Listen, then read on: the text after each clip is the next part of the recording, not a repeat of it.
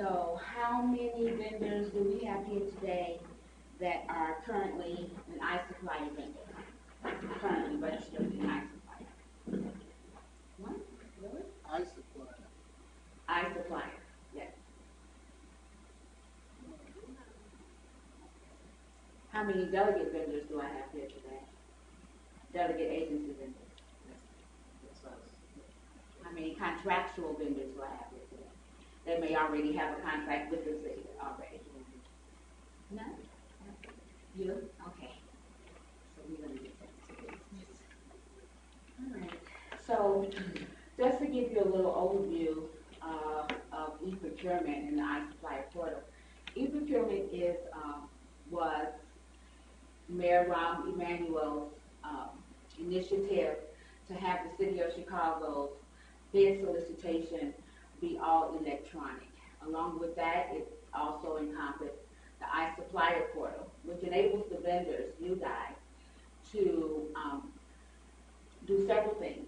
You can send your invoices, you can upload your invoices, you can look at payments, you can look at receipts, you can change your addresses and phone numbers, add contacts, and give them access also to the iSupplier portal.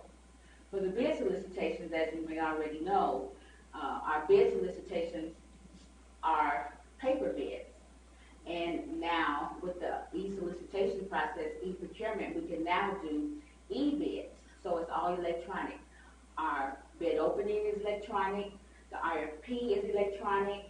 The reading of the bids are electronic. The proposed, the contract, the solicitation is all electronic. It's all done through the system.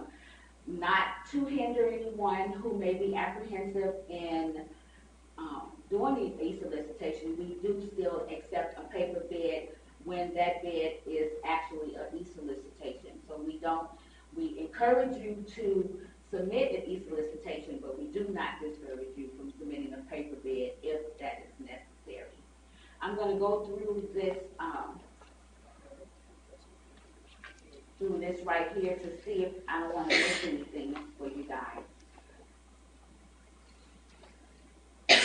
So again, eProcurement has been in fruition since we went live about 2016.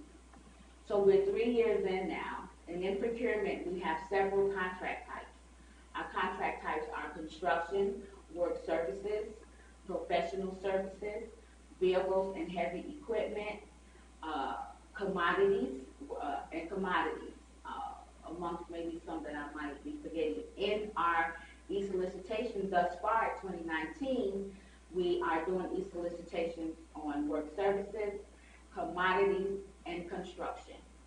Our RFP, RFQ process is also on board.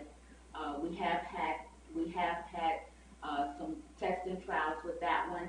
So right now, not all of our RFQs and RFPs are up for e-solicitation. Those still are paper bids.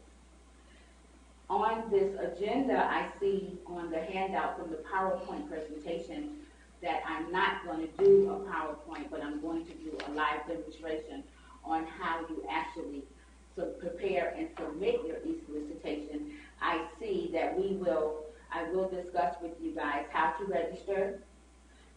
For our delegate agencies, I cannot speak to that because that is not a procurement process. That's an Office of Budget Management process. But I will try to answer any questions that you may have, especially if it's registering, if you're not already, and how to, and then I'll give you further information if you need it at the end of this.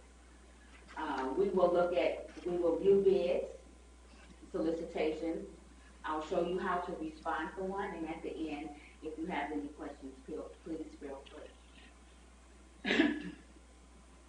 Our first page here on my presentation is the iSupplier portal on the screen. You may see that in here if you want to find it in its PowerPoint, but I'm truly not going to go. I'm not going to do the PowerPoint way. Let's see. It's on the. I guess this would be the third page, the second screen. So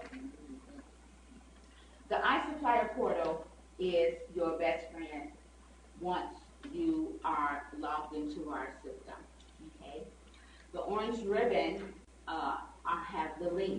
that will assist you in many, many ways. Of course, our homepage is our front-facing page for which we're looking at now. There's login and registration, current bids and solicitation opportunities, online training, extremely very beneficial to our vendors.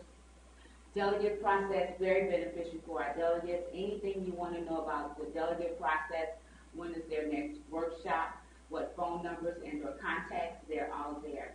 And then we also have help, and we'll look at that as well. Here on this page is the Department of Procurement Services 2019 eProcurement vendor workshops. So again, we have them monthly. I think it's the third, generally the third Thursday of the month. Today we had to have it today on Wednesday, but they're generally on Thursdays, and they're always 2 to 3 on this floor. So even if you came today and you think you may have missed something, or you may want to see something to go over again, it'll happen on the next workshop that's June the 20th. Below that, there is a listing of the delegate agency workshops, which are very, very important. So if you see when their next workshop is actually June the 7th. These little bullets down here are also above.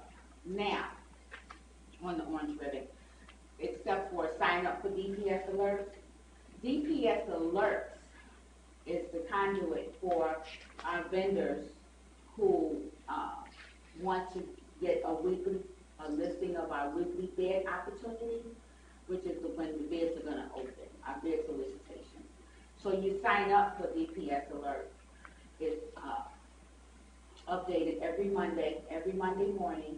That goes out. If you get an email, when you sign up, you'll get one in your mailbox.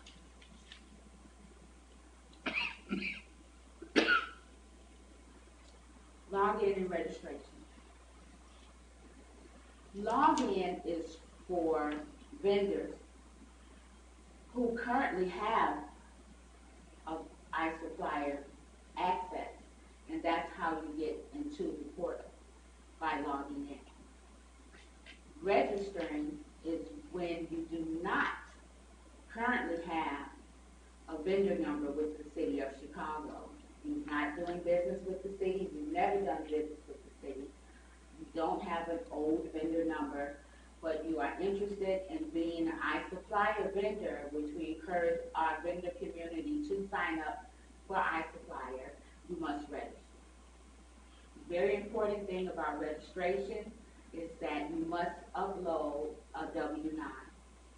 Our W-9 is a fail-safe way of us checking to see if we already have you actually as a vendor. You may be new to the company, you're not real sure if you have a vendor number or not, but to your knowledge you don't. If you give us, when you supply us with your W-9, then we'll search by that number and see if we come up with something similar. A name, an address, similar to the name for which you said, and then you'll be contacted and we'll ask you a few questions to see if you need to register or if we can actually send you an invitation. But a W-9 is most important. When a vendor registers, when they actually do register and they do not submit a W-9, that application is rejected and requesting a W-9 to be attached.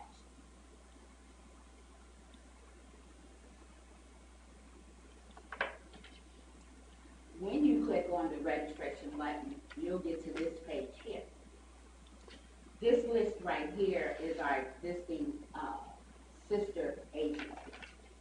I get a lot of phone calls from CTA vendors and CPS vendors telling me that they have a vendor number with CTA or CPS, and can they does that mean that they're a vendor for the city as well? What is their vendor number? They're not married together. It's not a merged sister agency to date, although it is in discussion. But right now, if you have a CTS or any one of these sister agencies listed here, vendor code, certification, anything, except for county, because MBE, WBE, we have merged with them. So if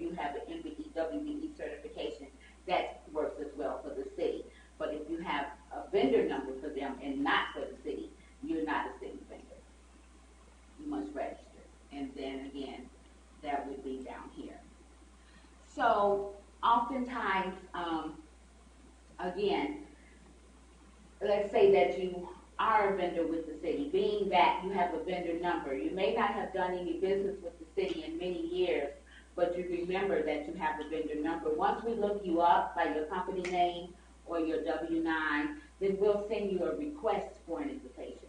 All that is that a lot less questions to answer, a lot less fields to fill out, where it is you got a few more fields to fill out for registration.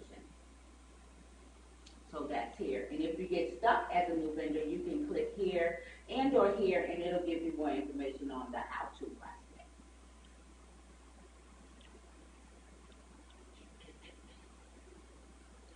Our next link is current bids and solicitation opportunities. Now, earlier I said if you sign up for our DPS alerts, you'll get a weekly listing of our current bid openings. And our bid openings are broken down in two aspects, an eProcurement one and a non-eProcurement right here. This non-eProcurement bid and solicitation opportunities are for all of our paper bids. These are non-electronic bid opportunities here. So if you wanted to look at those, if you're not on DPS alert, this is where the link that you'll click to look at those solicitations. For our e-solicitations, I'll show you what the abstract is going to look like because it's totally different. This other one here is a pre-bid and a pre-submittal conference attendee. What this link is for is a solicitation is coming up of your liking, and they're going to have a pre-bid. And what a pre-bid is you guys are in the room right now, and you're here for a pre-bid for solicitation of commodities of your choice, and the using department who is contracting procurement to prepare their contract when it comes to award, all of those vendors who attended the pre-submittal will be listed here, and it seems as though per my experience, that the vendors are very interested in knowing who all is in the room. So we do post our pre-submittal and our pre-bid conferences right here. So now when it comes to looking at your e-solicitations, you would click this orange button here, and you'll get what is called an abstract. And I'll show you that. So this is our abstract of our e-solicitation. And these columns are very important. It's informing you. Our first column is our department for whom the solicitation is for. Okay, so here I see water is doing a lot of business. And it says click the next 10. You just click till you get to the end, and it shows you all of the different departments that are that have solicitations. Let's see. I'm going to lose my see. Let's hope. Okay. Don't want to play with it. Give me error message. Let's let that rest right there. Okay. So our first column is. So we'll go at the first column on the first row. So our department is water, and the event is always what type of solicitation it is. In eProcurement, our terminologies have changed. So where I'll say contract type, eProcurement says event. Okay, so event is commodities. Then we have some construction. We'll have some work services. We'll have some vehicles and heavy equipment. We'll have an RFP or an RFQ. We do not use the program model column. The solicitation number is actually the RFP, RFQ number for the solicitation. You can search by this solicitation number, or you can search by your specification number. The solicitation title is always preceded by the specification number and then the title. Okay? First your spec and then your title. Our advertisement date and our response date are the same. Our advertisement date is the date that the solicitation is in the paper. Our supplier response due date is the date that this solicitation bid is going to open. Our projected markets, we have only one, and that's our target market. Solicitation. Sorry, Yes. can you go back? You said the supplier response start date versus the supplier response due date. Due date is when it opens? Yes, the date of the bid opening, yes. Again, terminology has changed in eProcurement, so our supplier response due date is the date of the bid opening. The advertisement date is the date that it's in the paper advertised. Okay, you can see how far out the dates go, right? So response due date is the date of the bid opening.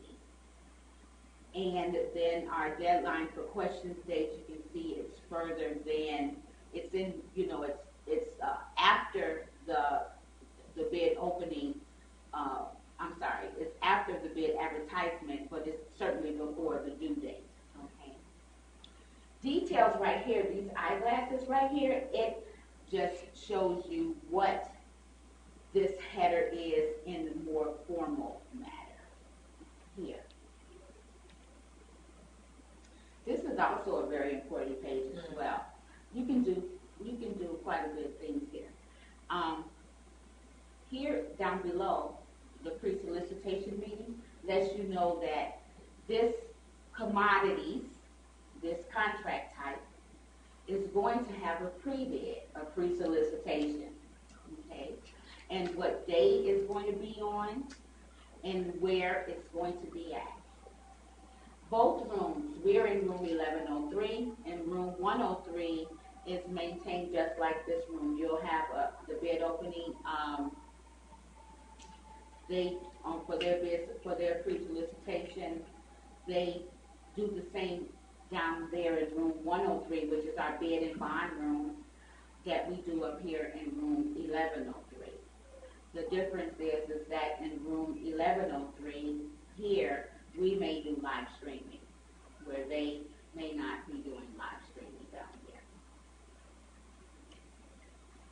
Again, our event type is a commodity. You have your solicitation number and your specification number and your title. It also has its advertisement date, response date are one and the same, and it has the date of your bid opening. And when you should, which we strongly suggest that anytime that there is a bid, a pre-bid, you attend that, because the using department is speaking as well, and is going over the detailed specifications, as well as the procurement specialist is going to go over how to submit your bid. Oftentimes, I get phone calls about, I clicked here on PDF, but I don't know where I'm supposed to submit my bid. You must log in, okay?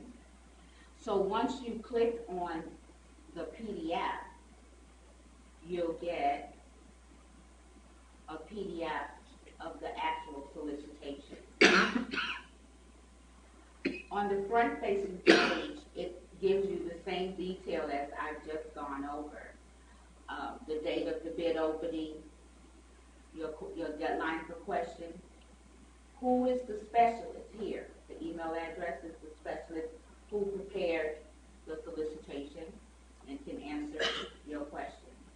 And the following pages behind that is all of the solicitation documentation. Here it says, please submit your responses via eProcurement, and if you register, if you're fresh registry in iSupplier, we have a 3-day turnaround to approve your registration.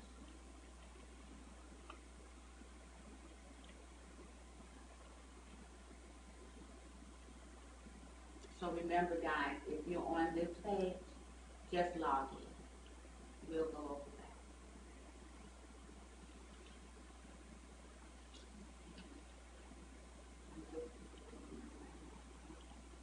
So what I want to do now, I do have a meeting at 3 o'clock.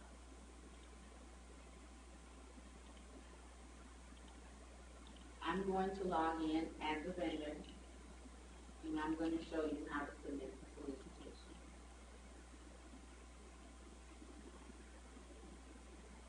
And then our testing instance is not production.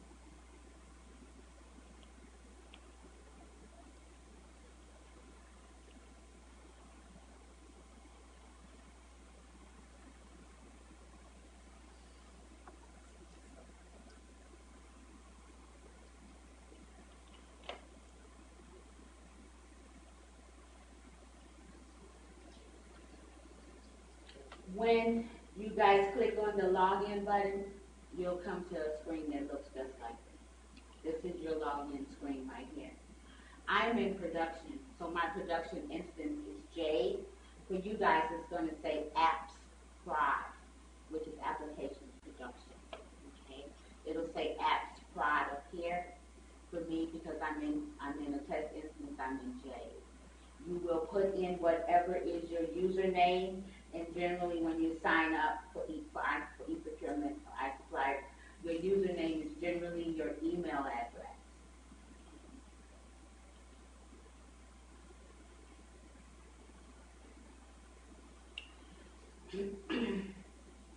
This is our front-facing page. Mine have a few items listed here. For you, you'll be brand new. Yours is going to be blank. Okay. You have your main menu here, and you have two responsibilities, is what we call. One of them is your iSupplier portal and invoice creation. That's everything about iSupplier. Your admin tab is there, and that is where you would click to add contact names to your vendor registration. You can add contact names, you can change your phone number, you can, and those contacts whom you add, you can also give them access to the portal as well. So you can add many, you can inactivate names as well. You can change your phone number. The only thing that you can't do, which will take approval, is change your business name, because then we need documentation for that. Here you will also be able to upload your invoices, view invoices and receipts and payments, and look at anything old. You could have a contract with the city that have already expired, but all the business access that you had with the city will still be there, so you can look at old stuff as well as most current and recent. Your second responsibility is City of Chicago online bidding, and that is where you will go to submit your solicitation. So we're going to click there. Oh, let me also speak to your workload. Again, I said that yours will be, when you first start, yours won't have anything there. You haven't had any online discussions yet with the procurement specialist of the contract, and you haven't submitted a solicitation yet. But once you get busy with this process, your page will start filling up. So we clicked on City of Chicago online bidding, sourcing, click on the family tree, and you get sourcing homepage, and you go to sourcing homepage.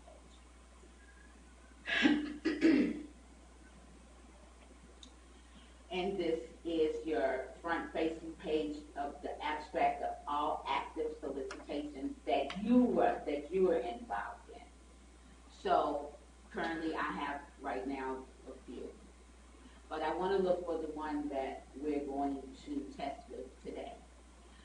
So here, title, and then there's a drop-down menu. In your drop-down menu, you have number, contact, category, line, and or event. You can search by any one of these, by any one of those titles.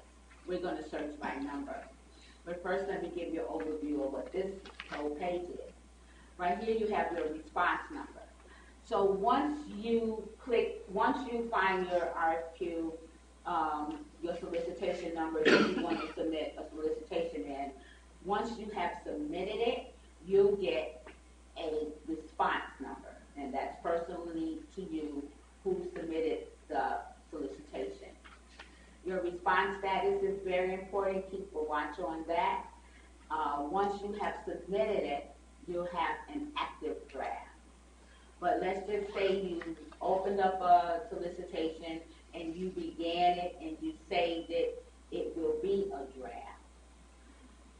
Then the other one is required, resubmission required. What that means is that something has occurred. A modification, an amendment, or a clarification has occurred. That solicitation number will then have a comma and another number behind it, which says that this is the 5th occurrence of a change to the original number, which was 48. Okay. So now I'm going to, and here's your title. And again, the specification number is always before the title of the solicitation. Its type is an RFQ, which is a request for qualification. It gives you your timeline, tells you how much time you have left. This one is still open 6659. These down here are closed. So I'm going to go to number.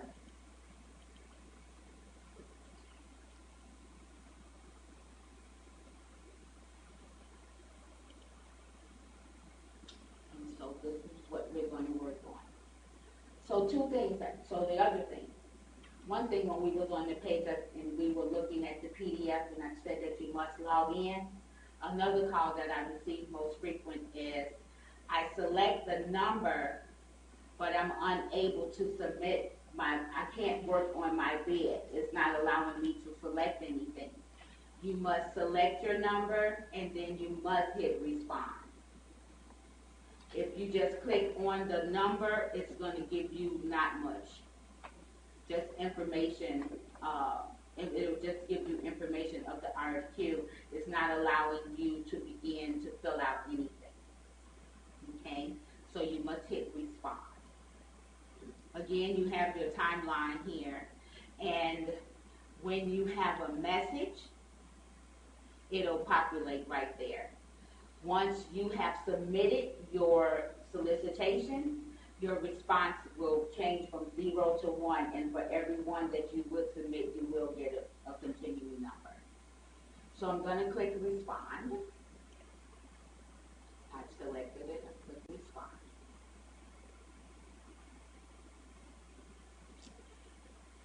The other thing is our disclaimer at the front.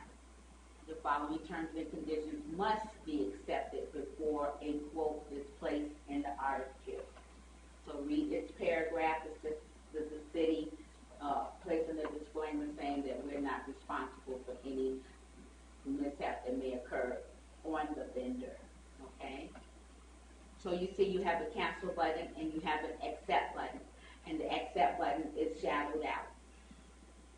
It's shadowed out because you must select down here, I have read and accepted the terms and conditions, and once you click it, then it turns bold and we can access it. Can you speak to the takeout list? I'm sorry? The takeout list? Absolutely. On that first page, another caveat beneficial to the vendor. Once you have accepted the terms and conditions, you're automatically placed on the takeout list. The takeout lists are, again, it's a list of all the vendors who selected to view. You may not have submitted your solicitation. It's ahead of the game. It's just saying that you were interested in looking at this solicitation, and so now you're on the takeout list, and it will send to you online discussion of any addenda, amendments, or clarifications, so it keeps you abreast of any changes that is occurring in this solicitation. So that's two things. You have to click, you must log in with 3. You must log in, you must respond, and you must accept the terms and conditions if you want to receive any amendments and addendums on anything. So our first page is our header page. Here, if there are any attachments for which you need to attach per any of the requirements down here, you would click on attachments. I don't have any to, I don't believe I added any here. But your title would be first the specification number. So the specification number, I think is 791 and some more numbers. So the specification goes there, and whatever you're attaching, EDS, certificate of insurance, whatever are any of the required documents that would be listed here for you as a requirement, and you would attach it. It would first be named, the specification number, and whatever it is that you are attaching.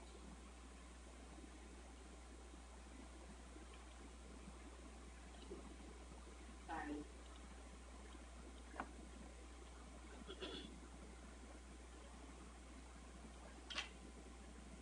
Below that are the requirements. Very beneficial to you who are in contracts. So it's only giving you a bird's eye view of what this is. City business preferences is yes. It's no specific, contract specific goals, whether it's an MBE, WBE required is no. So no waivers are required for this one because they're not looking for subs on this contract. The DPS unit and this type is commodity, and its contract term is for 60 months.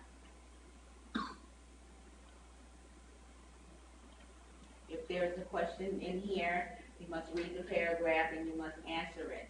I'm going to put NA. Another thing, for vendors who are requesting an invitation, you have to have a W-9 submitted with your registration request. When you're submitting a solicitation, you must have an EDS number.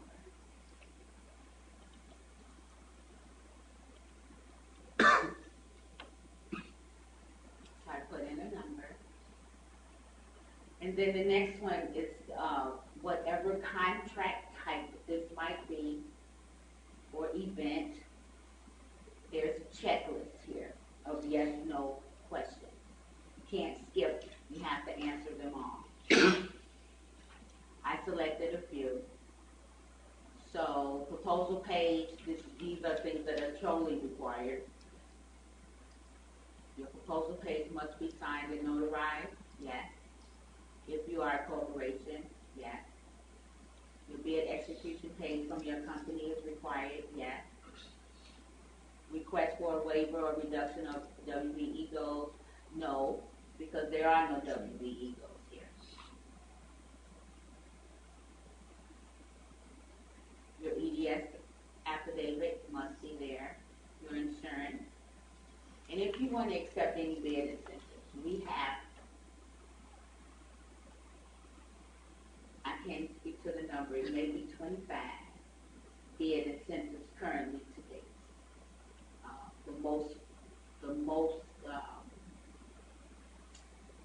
I didn't list any. There's a city business affidavit. Most of them garner like a 2% incentive to some of the vendors, and many more. We have veterans incentives. I believe we have a MBE, WBE incentives and a DBE incentive, but these incentives here are general. Local manufacturing affidavit, so I would say yes, that you are a city business and that you supplied all your information. So yes to those.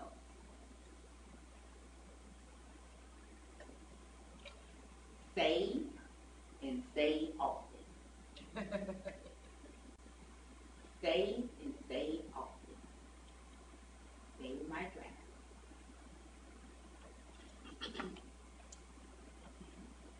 Now you're ready to look at your line. There are 8 lines here.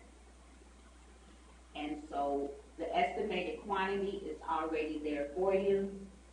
And all you're going to put in is what your quote price might be.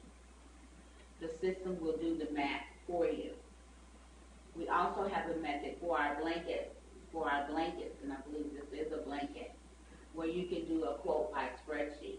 So let's just say it was 100 lines, because it was 65, but I gave you guys 8 for time's sake. And so let's just say it was 65 lines and or more. You could do a quote by spreadsheet. And the spreadsheet allows you to simply just put your number in, and again, it does the math for you, and then you would just upload that. Or is it automatically inserted? So it quote by spreadsheet allows you to export it into like a spreadsheet, and then you'll add your values in that spreadsheet, and then you import it back into the system, and it would then calculate your total for you instead of going one by one here, because if you have like 100, 200 lines, that becomes very cumbersome if you wanted to just export it. And we do have a video showing that, which Pam will talk about later.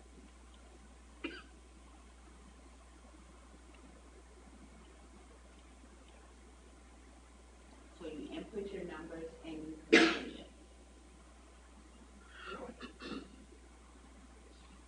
Spin, spin, spin, spin. See the vote right there in the middle.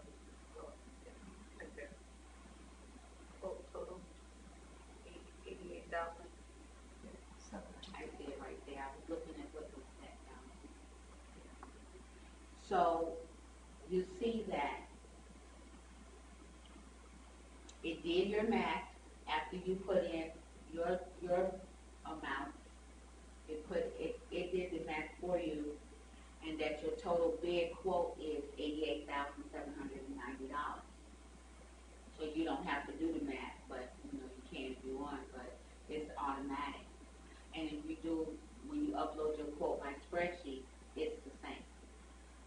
So that's the other advantage to our e-solicitation, that it's taken out a lot of the guesswork, it's taken out a lot of the paper processing part. As my manager says, we're saving a lot of trees, so we're green to that extent. So it's something that we're extremely excited about, and we highly encourage our vendors to submit an e-solicitation over a paper bid, time and money. Will this be available for professional services too, for Yes. man hours? Yes, we're working on that now. Yes. Okay. So now, let's just say it was, can they send a note to the buyer? Not there, Not there. on the back part of it. So at this, Back, go ahead. so at this point, you may just want to look at your header, just want to review, you got 7 days, you know that it's closing on the 30th. You want to look at your totals, and then you want to submit.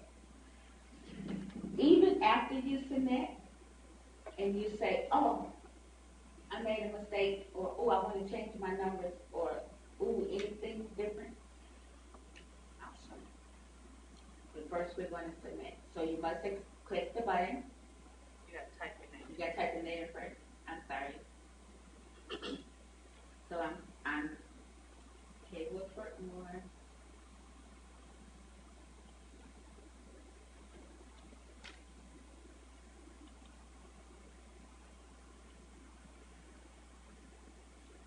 Name in first, guys, then select the button. Do your check mark. And now you can submit. And what we're going to see is a response number.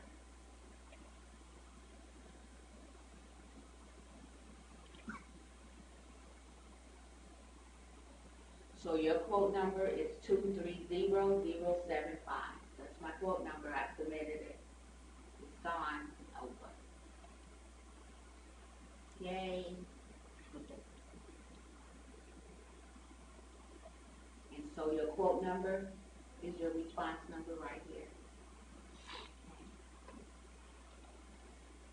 So now you decided that, oh, I want to change something and I want to change one of my prices.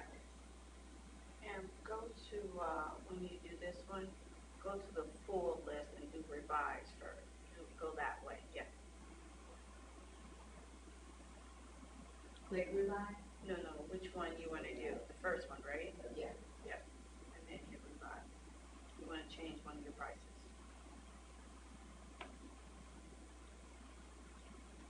So you guys get that? Yeah. Full list, your response number. So if you can't remember the question, you might want to write it down. Write your response number down, and then go to full list, and then click revise. I changed my number. Save it. And then I'm going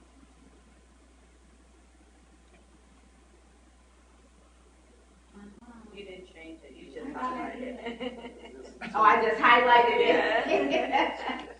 Okay, I changed. Okay. There you go. So the other thing, a lot of bells and whistles in here. Yeah. Plenty of fail safes in here. It's HTTPS, so no one else can see your bid. No one else, no other vendor who is going to be submitting a solicitation on the same thing can see what you did. All they will know is if they come to the pre-submittal, they know how many vendors may have taken the bid out, right?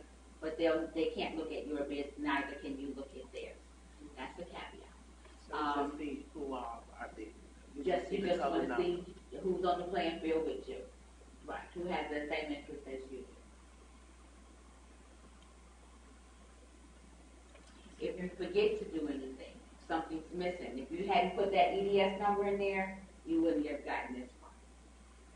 Or you may get this far, but it's going to tell you no EDS number is in the bill, and you still have to also attach your EDS. Okay? So there's a lot of bells and whistles here if you get stuck. So again, wrong way. Hold on. Name first. See, the price has changed, your quote. Oh, I'm sorry. Absolutely. So it went up because I increased my number.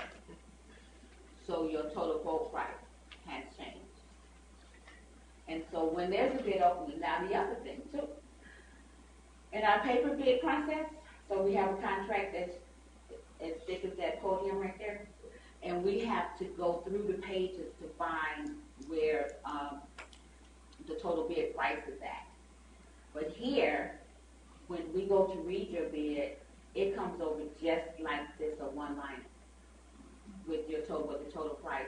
So that's an advantage for us for our bid openings when we're doing our bid reads, and it's an advantage for you that you don't have to send in a solicitation that's as tall as this podium. And I'm not kidding. You get a report of every bid that's submitted.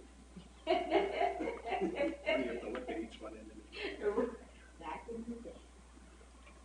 So on the day of the bid opening, only then will we able to see who actually actively submitted Yeah, the we can't see bid it. We can't. and read your figures.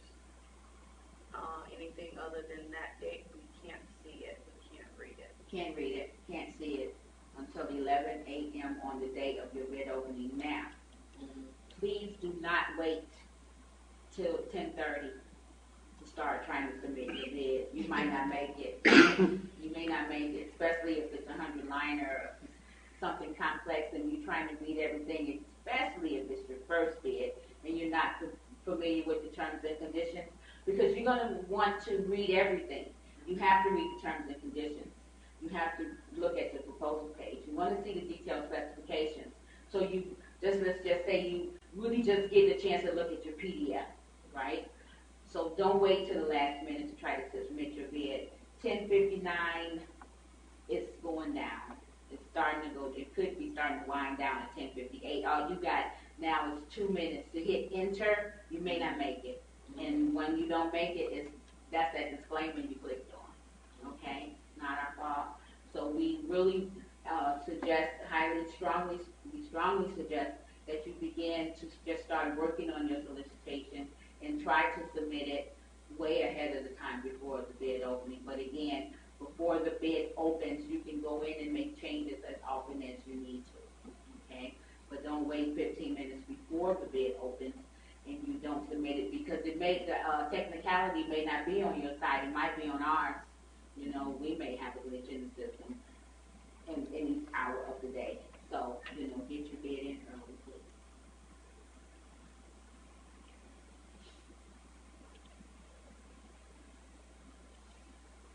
So once you revise this,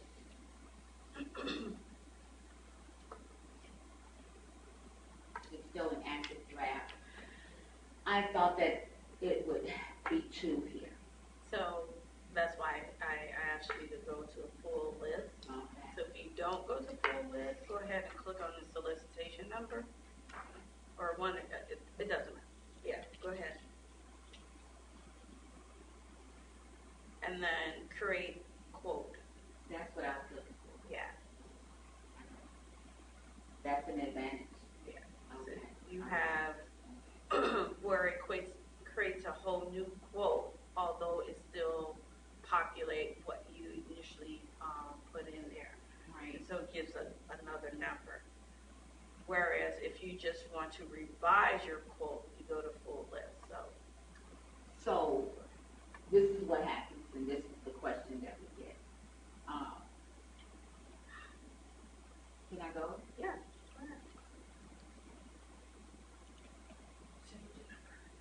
I changed the number.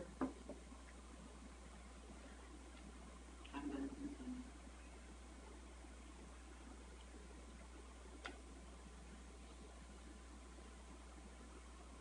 I changed my pricing.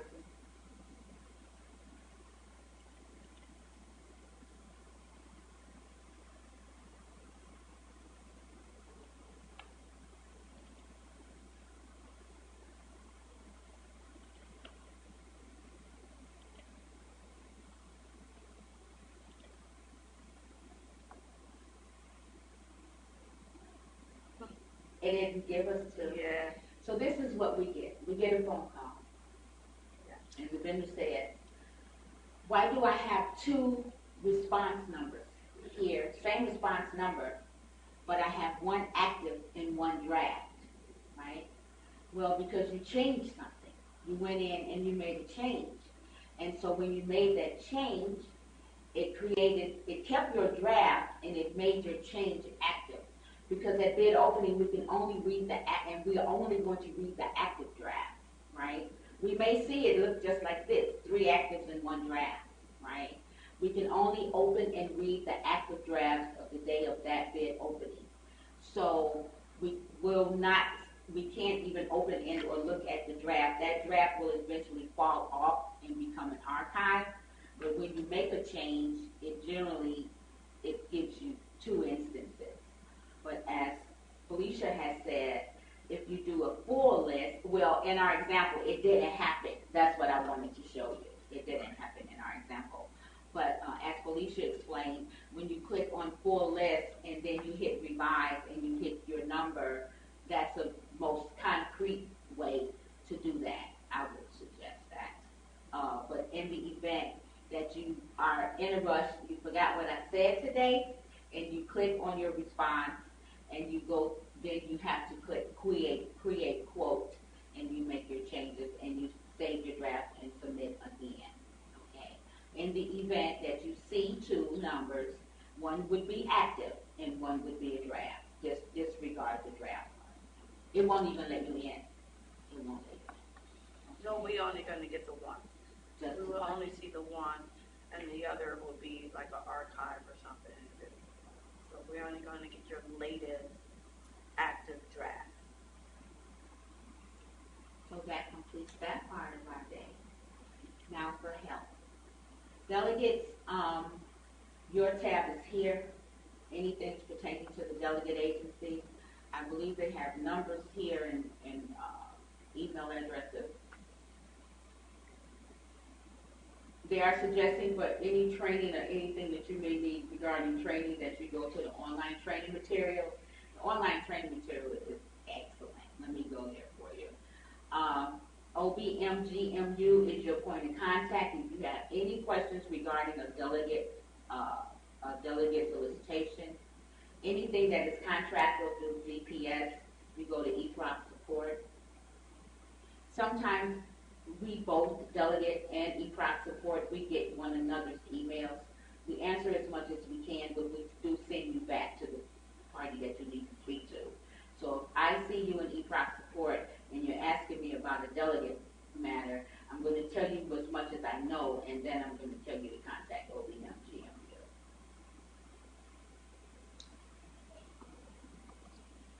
So that's all about the delegates. For non-delegates, again, on the online training material, I told you guys on the orange ribbon is your best friend. That's your best friend. Where there are links, I'm not sure.